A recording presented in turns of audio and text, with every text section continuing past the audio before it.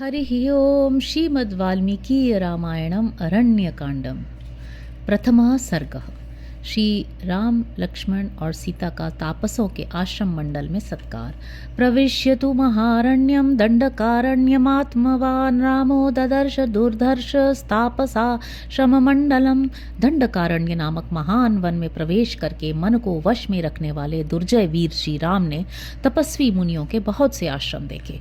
कुशचीर परिक्षिप्तं ब्राह्म्या लक्ष्म्या समावृतं यथा प्रदीप्तं दुर्दर्शम गगने सूर्यमंडलम। वहाँ कुश और वल्कल वस्त्र फैले हुए थे। वह आश्रम मंडल ऋषियों की ब्रह्म विद्या के अभ्यास से प्रकट हुए विलक्षण तेज से व्याप्त था, इसलिए आकाश में प्रकाशित होने वाले दूरदर्श सूर्यमंडल की भांति वह भूतल पर उद्दीप्त हो रहा था। राक्षस आदि के लिए उसकी ओर देखना भी कठिन था।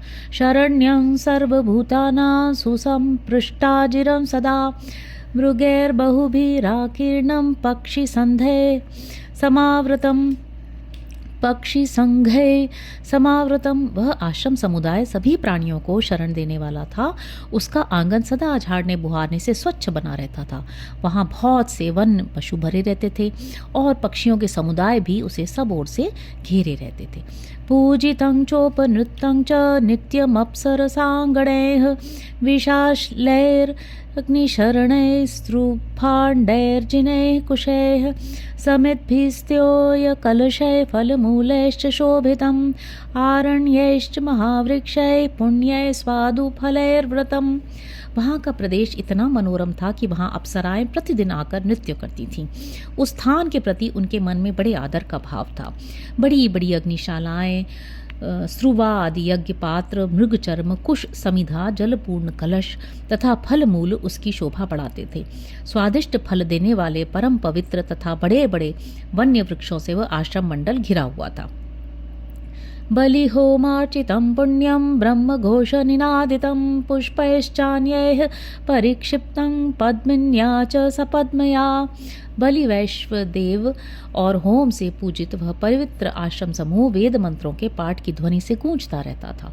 कमल पुष्पों से सुशोभित पुष्करिणी उस स्थान की शोभा बढ़ाती थी तथा वहाँ और भी बहुत से फूल सब ओर बिखरे हुए थे।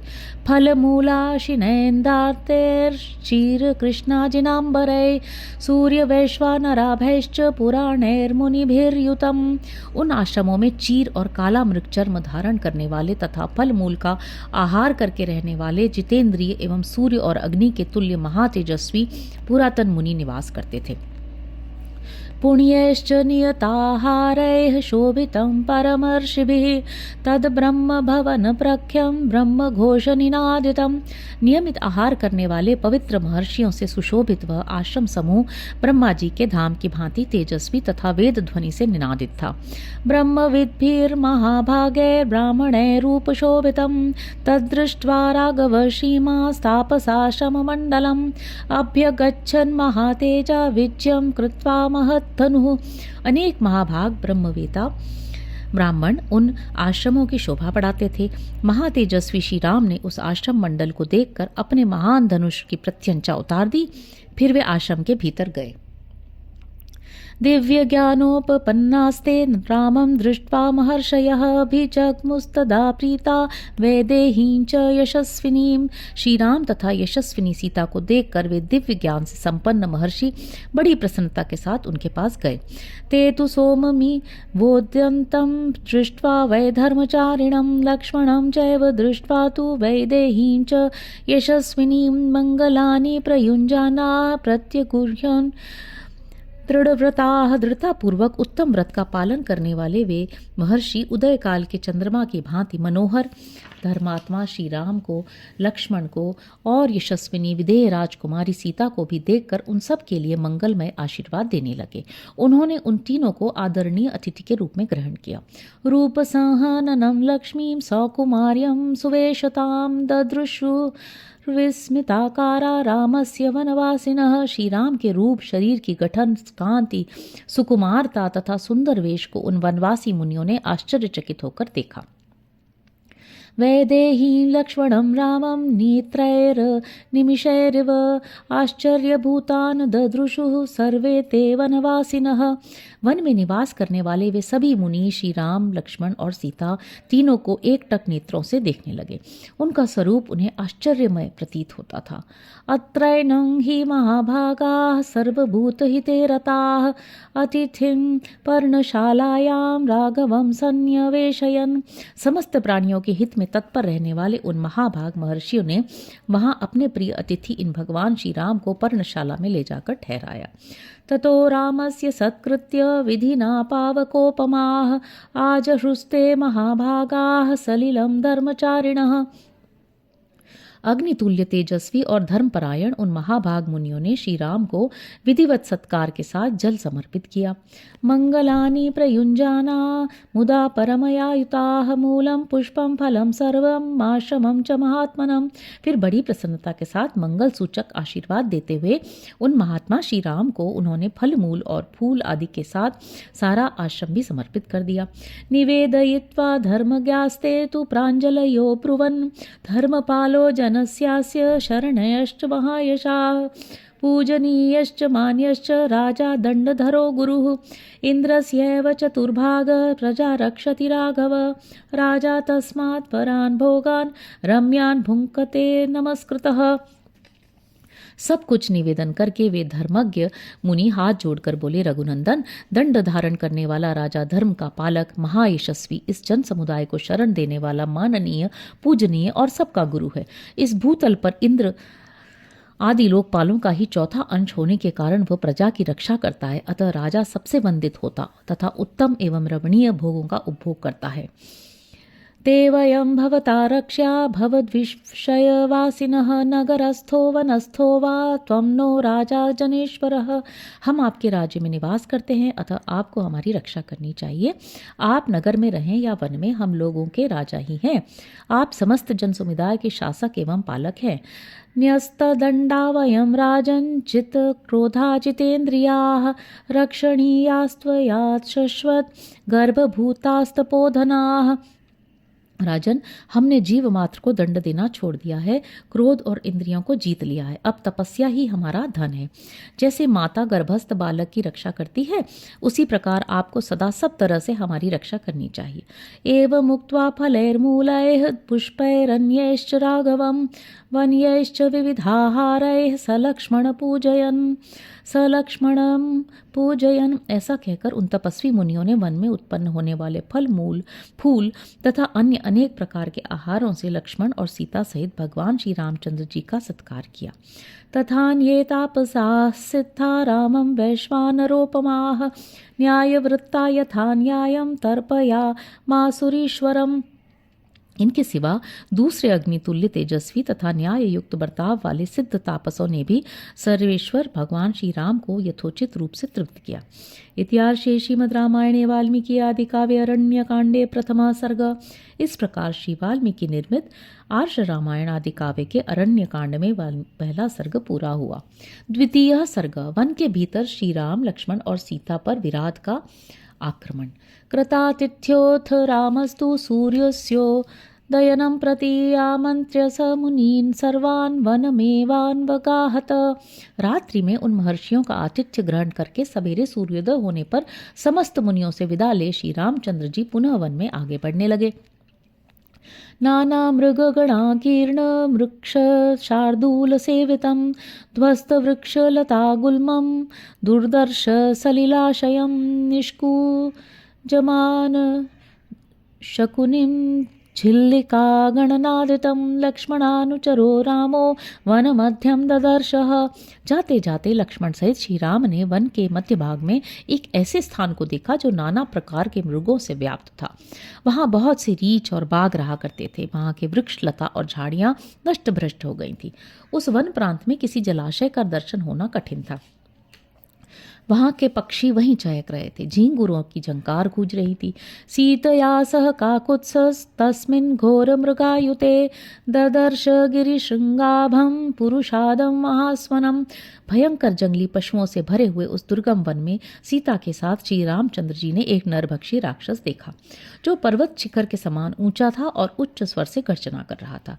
कभी राक्षम महावक्त्रम विकटम विकटोदरम बीभत्सम विषमम दीर्घम विकृतम घोरदर्शनम। उसकी आंखें गहरी, मुंह बहुत बड़ा, आकार विकट और पेट विकराल था। वह देखने में बड़ा भयंकर, घृणित, बेडौल, बहुत बड़ा और विकृत वेश से युक्त था। वसानम चर्म वैयाघ्रम वसाद्रम रुधिरोक्षितम त्रासनम सर्वभूतानां व्याधितास्यमिवांतकम। उसने खून से भीगा और चर्बी से गीला व्याघ्र चर्म पहन रखा था। समस्त प्राणियों को त्रास पहुंचाने वाला वह राक्षस यमराज के समान मुंह बाए खड़ा था। त्रीन सिंहाश्चतुरो व्याघ्रान् द्वौवृकौ पुरुषतान् दश साविषाणं वसाग्दिग्धं गजस्य च शिरो महत् अवसज्याय से शूले विनदन्तं महास्वनम।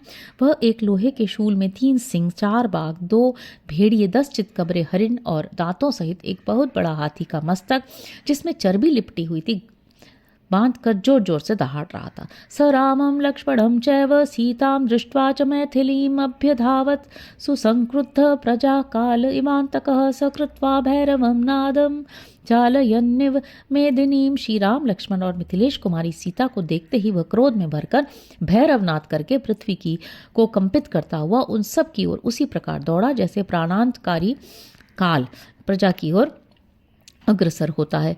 अंकेनादाय वैदेहीम पक्रम्य तदा ब्रवीत युवां जटाचीर्धरौ सभायां क्षीणजीवितौ प्रविष्टौ दंडकारण्यं शरचापा सिपाणिनौ।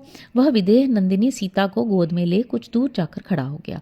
फिर उन दोनों भाइयों से बोला, तुम दोनों जटा और चीर धारण करके भी स्त्री के साथ रहते हो और हाथ में धनुष बाण और तलवार लिए दंडक वन में घुस आए हो, अतः जान पड़ता है तुम्हारा जीवन क्षीण हो चला है। कथम ताप सयोर्वां च वास प्रमदया सह धर्मचारिणौ पापौ कौ युवा मुनिदूषकौ। तुम दोनों तो तपस्वी जान पड़ते हो, फिर तुम्हारा युवती स्त्री के साथ रहना कैसे संभव हुआ? अधर्म परायण, पापी और मुनि समुदाय को कलंकित करने वाले तुम दोनों कौन हो?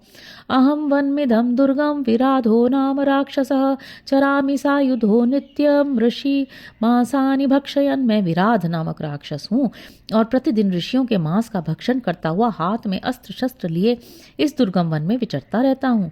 इयं नारी वरारोहा मम भार्या भविष्यति युवयोः पापयोश्चाहं पास्यामि रुधिरं रुधे। यह स्त्री बड़ी सुंदरी है, अतः मेरी भार्या बनेगी और तुम दोनों पापियों का मैं युद्ध स्थल में रक्तपान करूंगा। तस्यैवं ब्रुवतो दुष्टं विराधस्य दुरात्मनः श्रुत्वा सगर्वितं वाक्यं संभ्रांता जनकात्मजा सीता प्रवेपितोद्वेगात् प्रवाते कदली यथा। दुरात्मा विराट की ये दुष्टता और घमंड से भरी बातें सुनकर जनक नंदिनी सीता घबरा गई और जैसे तेज हवा चलने पर केले का वृक्ष जोर जोर से हिलने लगता है, वैसे वे उद्वेग के कारण थरथर कांपने लगी। ताम दृष्ट्वा राघव सीतां विराधांक गतां शुभाम अब्रवी लक्ष्मणं वाक्यं मुखेन परिशुष्यता। शुभ लक्षणा सीता को सहसा विराट के चंगुल में फंसी दे श्री रामचंद्र जी सूखते हुए मुंह से लक्ष्मण को संबोधित करके बोले, पश्य सौम्य नरेदस्य जनकस्यात्मसंभवां मम भार्यां शुभाचारां विराधांके प्रविशताम।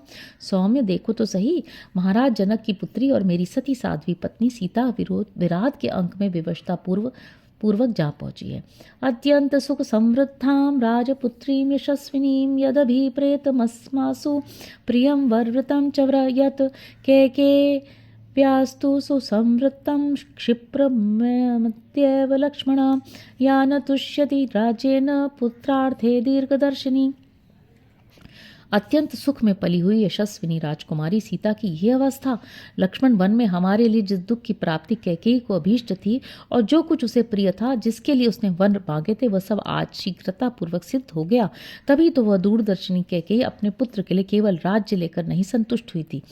ययाहं सर्वभूतानां प्रिय प्रस्थापितो वनम् अद्येदानीं सकामा सा या माता मध्यमा मम, जिसने समस्त प्राणियों के लिए प्रिय होने पर भी मुझे वन में भेज दिया, वह मेरी मझली माता कैकेयी आज इस समय सफल मनोरथ हुई है।